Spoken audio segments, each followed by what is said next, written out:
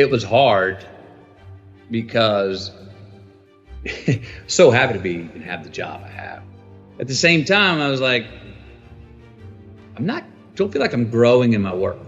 And my life at that time had become extremely vital. Doesn't mean you can't be great. Doesn't mean you can't carry on. Every battle that you fight in your life doesn't mean you're going to always win that battle. That maybe his real gift was his ability to inspire young kids, his ability to get himself to do whatever it took. How did he become a professional basketball player? Unbelievable discipline, unbelievable drive. Meaning I just had a newborn son with Camilla. Wow, the only thing I ever knew I wanted to be, and now I was. And here's this job that I had held most reverence for in my life, fatherhood. Now I was.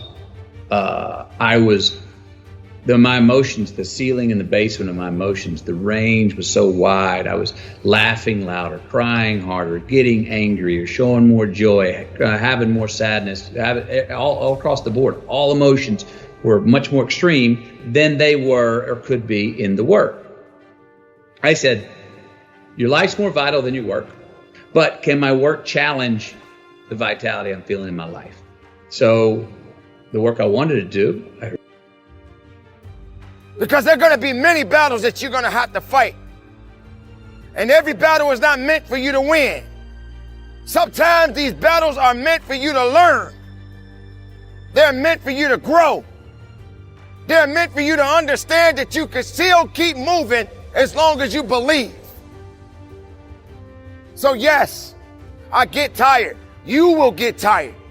Yes, you will question your abilities. Yes, you will start thinking to yourself that, hey, I'm not ready for this. The fact of the matter is, when you were born and you were ready. There's certain scripts I wanted to do Dallas Buyers Club at that time. Other scripts, nobody's going to touch me with a 10-foot pole in those movies. All the dramatic roles I wanted, they're like, no, not with McConaughey, we won't finance it. Okay, so I can't do what I want to do, so I'm going to stop doing what I've been doing. So I stopped doing rom-coms. I said no, stopped. Well, for the first 6 months of not doing rom-coms, I wasn't doing anything. Finally, nothing came in. And for 14 more months, nothing came in. I considered other careers. Didn't know if I'd ever work again. But after 20 months of being gone, unbranding as I now call it, being out of sight, not being in your theater or your living room in a rom-com, not seeing me shirtless on the beach, I became a new good idea. I don't know, I haven't seen him. Where has he been? I was kind of refound. So I had to do that for myself. I loved doing the rom-coms, but I was getting the scripts and I felt like I could do the same script tomorrow morning. And I was like, that's fine, but I want something that's gonna make me sweat in my boots. If you made it this far, you were ready for something even greater. But when that weakness starts to show up, when your mind starts to play tricks on you and starts to lie to you and say you're not worthy, you have to understand that you got to take control of your thoughts and your mind and your process and your abilities.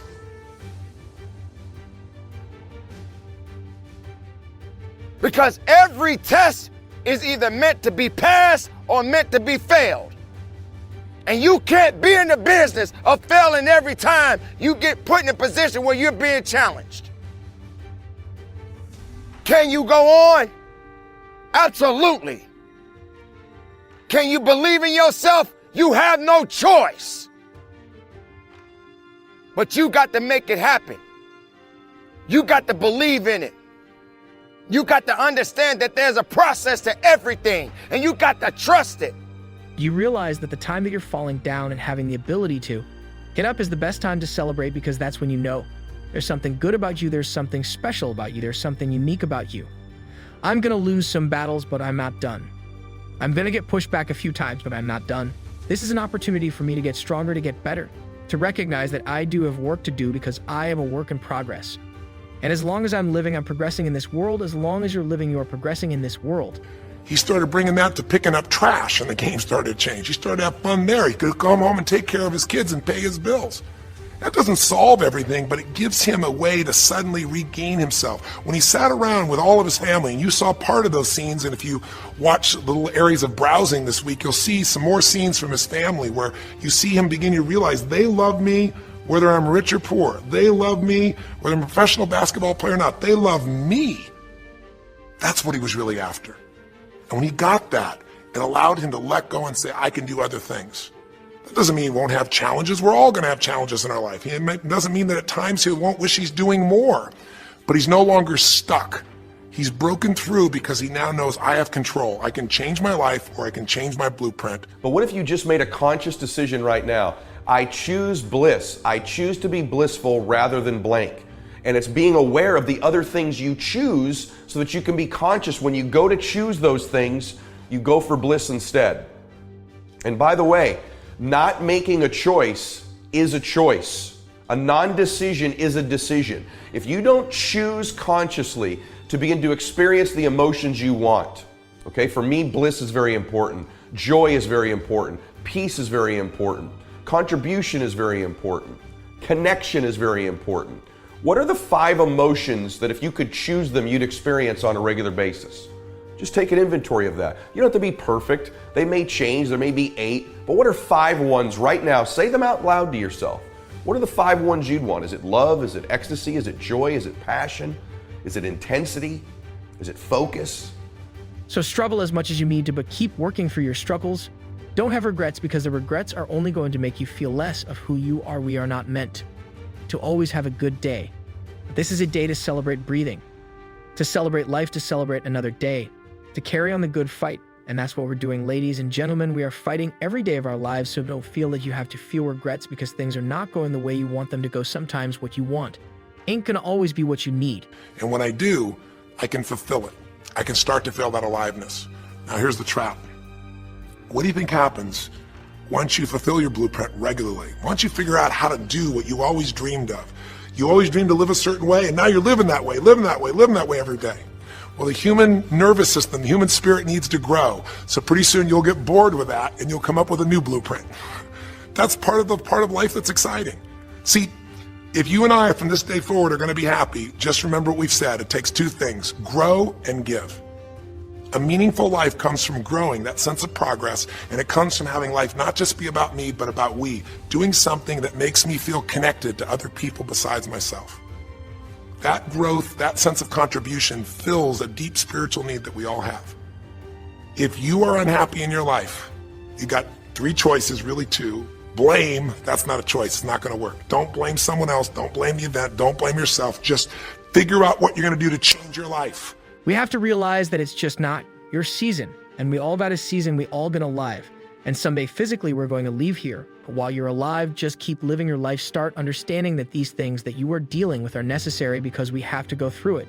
Sometimes those things that you're trying to build up, they can crumble right before you. Many opportunities will be given, and many of them will be taken away. Sometimes being different can be very difficult. And that's when you got to dig in a little bit deeper in yourself. That's when you got to open up your eyes and open up your heart and have an open mind. That you are unique, that you are special, that you do make a difference. Is it peace? Is it faith? What are the emotions you would choose? If you could choose 5 emotions, and begin to tell yourself, I choose to feel blank rather than this. And when you just begin to become conscious of that choice, you've already moved ahead of 99.9% of the world who just responds and reacts and goes into pattern mode all the time. So just choosing gives you an advantage. And by the way, once again, not choosing is a choice. You've decided to go into your pattern. You've decided to let other people dictate to you your emotions. You've decided you have no control over your life by not choosing. So choose. I'd rather be blissful than blank. I'd rather be joyful than blank. I'd rather have ecstasy than blank. What do you choose rather than? So now let's discuss these patterns for a second. Why do we have these patterns? You have patterns because they serve you. There's a payoff to every pattern. And by the way, you say, well, no, because one of my patterns is I slip into worry and then I'm completely unhappy. How's that a payoff for me?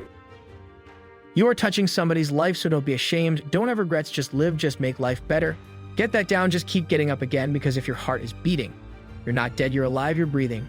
You've got a little bit more fight in you. So fight, don't regret, don't be ashamed. Don't be ashamed, don't be afraid, take a chance. Keep taking more chances when other people are looking down on you, keep looking up. But look up and look past the negativity, because the ones that are looking down, they don't realize what you're doing to get back up.